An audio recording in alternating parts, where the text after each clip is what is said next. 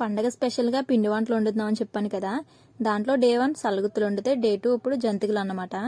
యాక్చువల్గా అయితే పండగకి పెట్టాలి ఈ వీడియోస్ అన్నీ, కానీ నాకు కుదరక ఇప్పుడు అప్లోడ్ చేస్తున్నాను. లేట్గా పెట్టాను కదా అని మీరు మాత్రం లైక్ చేయడం షేర్ చేయడం మర్చిపోకండి.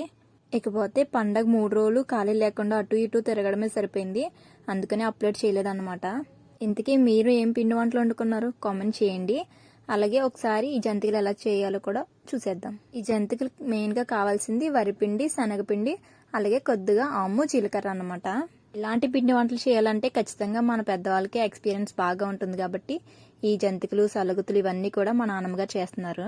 ఇకపోతే పిండి బాగా కలిపి పక్కన పెట్టుకోవాలన్నమాట. ఇప్పుడు చేతిలోకి చిన్న పిండి ముద్దను తీసుకుని జంతికలు వేసే సట్రాలు ఉంటాయి కదా, దాంట్లో పెట్టి పైది క్లోజ్ చేయాలన్నమాట. ఇప్పుడు పైదాన్ని గట్టిగా ప్రెస్ చేసి జంతిక అనేది వేసుకోవాలి. ఇది డైరెక్ట్ ఆయిల్లో కూడా వేసేసుకోవచ్చు, లేకపోతే గరిటలో వేసుకోవాలన్నమాట.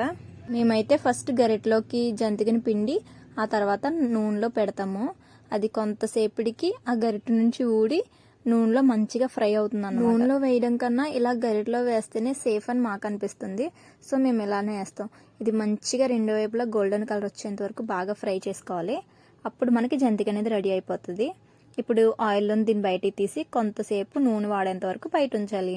అంతే, టేస్టీ జంతికలు అయితే రెడీ అయిపోయినాయి. మీరు మాత్రం లైక్ చేయడం, షేర్ చేయడం, సబ్స్క్రైబ్ చేయడం మర్చిపోకండి. ఉంటాను, బై బై.